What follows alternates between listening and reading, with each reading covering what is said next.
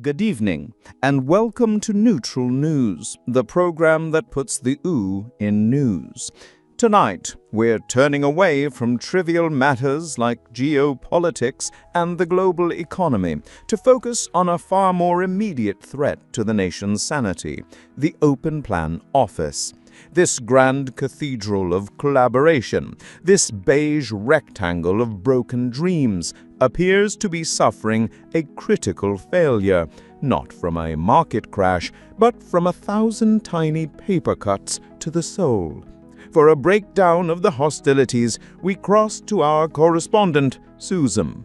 Neil, our field reports have confirmed the existence of several recurring antagonists within the office ecosystem. We have categorized them for clarity. They are the decibel dictators, the olfactory overlords, and the digital vandals. The cumulative effect of their actions has led to a measurable 40% increase in employees staring blankly at a spreadsheet, contemplating the futility of their own existence before remembering they need to buy milk on the way home. A truly harrowing glimpse into the human condition. We go now to our reporter, Barry, who is live on location. Barry, I hope for your sake you're not undercover in accounts. What is the situation? Neil, the situation is fraught. I've abandoned the ficus plant. It offered insufficient cover. I'm now in a temporary listening post that once contained a new printer. From here, I have a clear line of sight to two of the primary aggressors. The loud talker is currently broadcasting his weekend anecdote with the volume and lack of self-awareness of a man trying to order a pint from a helicopter.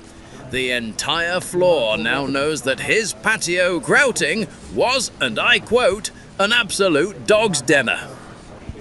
And the other aggressor, Barry. The keyboard smasher, Neil. She's not writing an email, she's performing an exorcism. Each keystroke sounds less like communication and more like she's attempting to tenderize a steak with a series of full stops. We suspect she's not typing words, but is instead trying to bore a hole through her desk and escape to a new life and the stationery cupboard below. It's utterly relentless. Back to you. Thank you, Barry. Try to blend in. Susan, these audible menaces. Surely there's a simple human solution. The models suggest that a direct verbal confrontation would carry a 98% risk of triggering a deeply awkward silence, followed by 4 to 6 weeks of avoiding eye contact at the kettle. Instead, strategists are proposing a new government-mandated indoor voice initiative with plain-clothes inspectors issuing on-the-spot fines for conversational volumes exceeding gentle murmur. For the keyboard issue, the leading proposal is to replace all keyboards with devices made of sponge. A masterstroke of passive aggression. But the assault is multi-sensory, is it not? We turn to the Pungent lunch eater. Indeed, this is a tactical deployment of Tupperware, Neil. The weapon of choice is typically a kipper that appears to have personally offended the microwave. The resulting aroma creates what we're calling a socio-culinary dead zone around the perpetrator's desk. It is a profound non-verbal statement that says, "Do not approach me. My lunch can defeat your will to live." Let's risk returning to Barry. Barry, what of the non-physical warfare? The battle for the inbox. It's a digital quagmire, Neil.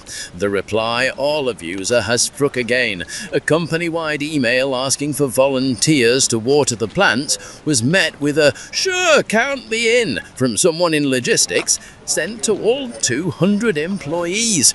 The notification triggered a chain reaction of sighs that briefly altered the air pressure in the room. Worse still is the jargon spouter. I saw him corner a junior designer and say, and I'm reading from my notes, "We need to blue sky some disruptive ideation to leverage our core competencies and cascade a value-added solution." The designer just froze, Neil, like a rabbit staring into the headlights of a PowerPoint presentation. And what of the Micromanager? Terrifying. She just materialized behind someone and asked for an update on an email he was still in the process of typing. She then suggested, with unnerving sincerity, that his comma usage was a little on the passive side. I think she can smell fear, Neil. Remarkable. Thank you, Barry. Susan, let's analyze this. A micromanager is surely just a very dedicated employee.